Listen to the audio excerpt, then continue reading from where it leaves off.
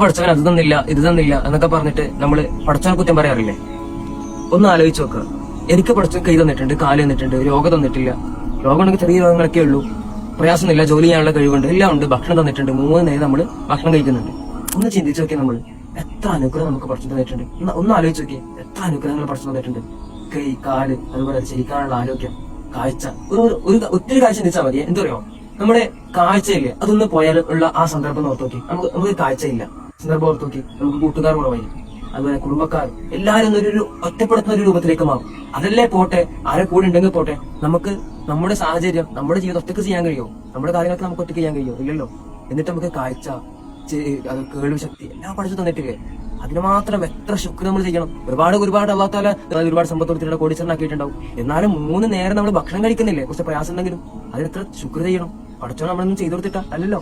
എല്ലാം പഠിച്ചു നമുക്ക് ഫ്രീ ആയിട്ട് തരുന്നില്ലേ? അവിടെ എപ്പോഴും പഠിച്ചോനെ വേണ്ടിയിട്ട് എന്താണോ ശുക്ർ ചെയ്യാ, നന്ദി ചെയ്യാ. പഠിച്ചോനെ എനിക്ക് തന്നിട്ടുണ്ടല്ലോ, എന്ത് ചെയ്യാ, ഇതിലൊക്കെ ബർക്കത്ത് ചെയ്യണേ എന്നുള്ളൊരു ദുആ കൂടി ചെയ്യണം കേട്ടോ. അള്ളാഹു തൗഫീഖ് ചെയ്യട്ടെ.